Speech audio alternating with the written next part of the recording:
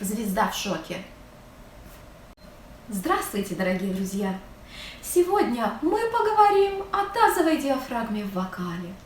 Дадим академистам, упавшим в обморок, пару секунд на то, чтобы прийти в себя. Раз, два, начинаем. Тазовая диафрагма существует.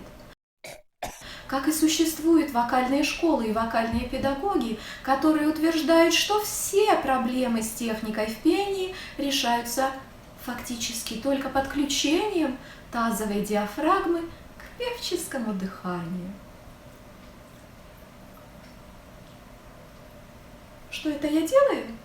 Я пытаюсь выполнить движения мышцами, которые для этого не предназначены, несмотря на то, что у меня есть, как и у вас, специальные мышцы для жевания. В принципе, с тазовой диафрагмой в пении дела обстоят приблизительно так же. Вокальные школы и вокальные педагоги, которые утверждают, что тазовая диафрагма буквально панацея от всех вокально-технических проблем, играют на схожести понятий. Диафрагма, диафрагма. Но в действительности тазовая диафрагма не предназначена для дыхания, впрочем, как и матка. Кстати, ролик об этом вот здесь. В переводе с древнегреческого диафрагма – это просто перегородка. И вот эта диафрагма – это перегородка между грудной и брюшной полостями, а тазовая диафрагма – это перегородка между брюшной полостью и внешним миром. Основная функция тазовой диафрагмы – это удержание органов внутри тела и нормальное функционирование прилегающих отверстий. Минутка Заи. Зая! Зая, о чем будет наше следующее видео? Фаринелли и безумный король. А вокально-педагогическое? Как научиться петь за месяц? Очень интересно. А что ты посоветуешь нашим зрителям? Подпишитесь. Подпишитесь. Основными дыхательными мышцами в человеческом организме являются межреберные и диафрагма. Вот это самое. Также к ним могут подключаться в качестве вспомогательных грудино-ключично-сосцевидная или лестничная.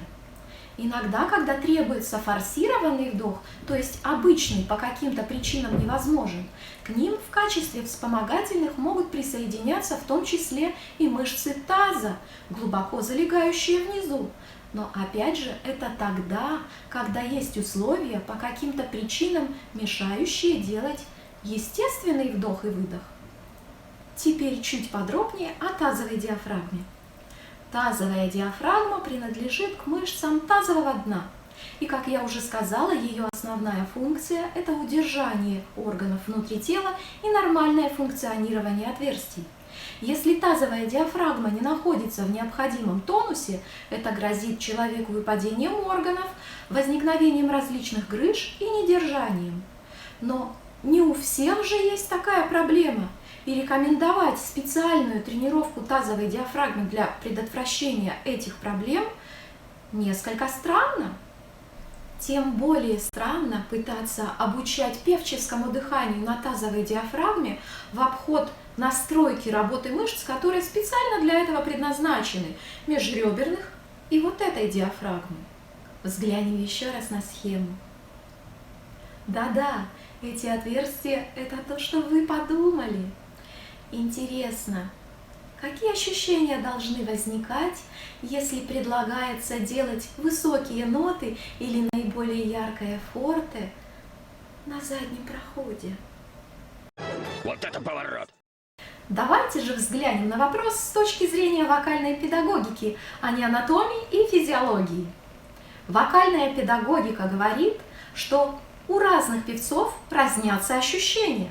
Есть певцы, которые ощущают опору дыхания внизу очень глубоко. Есть те, для кого опора дыхания начинается вот здесь, на уровне нижних ребер. У кого-то, как ни странно, опора дыхания связана с ощущениями в гортани. И вовсе существуют такие певцы, для которых опора дыхания – это опора на верхнее небо. Точно так же у одного и того же певца разнятся ощущения в разных обстоятельствах. Когда-то он чувствует опору более низко, когда-то более высоко. Кроме того, вокальная педагогика утверждает, что высота опоры дыхания зависит от исполняемого репертуара. Чем репертуар трагичнее, драматичнее, напряженнее, тем ниже эта опора. И наоборот, светлый, лиричный, мягкий репертуар требует более высокой опоры дыхания. Неверно выбранный тип опоры дыхания влечет за собой множество проблем. Очень тяжелая низкая опора дыхания приведет к утрате верхнего участка диапазона, затруднению выхода наверх, сложностью со взятием верхних нот. Они будут некрасивые, тяжелые, их возможно будет брать только твердой атакой. И в целом голос утратит свою гибкость, мягкость и техничность. Некоторым типам голосов низкая опора, такая низкая, как на тазовую диафрагму, прямо противопоказана. Хотя, наверное, было бы правильно сказать о том, что, скорее всего, голосов, которым рекомендуется настолько низкая опора дыхания на тазовую диафрагму, очень мало. Опора на тазовую диафрагму – это скорее исключение, нежели правило. Итак, опирать на тазовую диафрагму могут не только лишь все, не каждый может это сделать. А кто? Кись, кто? Ты? А тебе-то зачем? Итак, опирать на тазовую диафрагму могут не только лишь все, не каждый может это сделать. Чисто теоретически опора на тазовую диафрагму подойдет наиболее тяжелым типам голосов, например, низким басам или контральто, но им бывает очень непросто избавиться при этом от специфического кишечного призвука.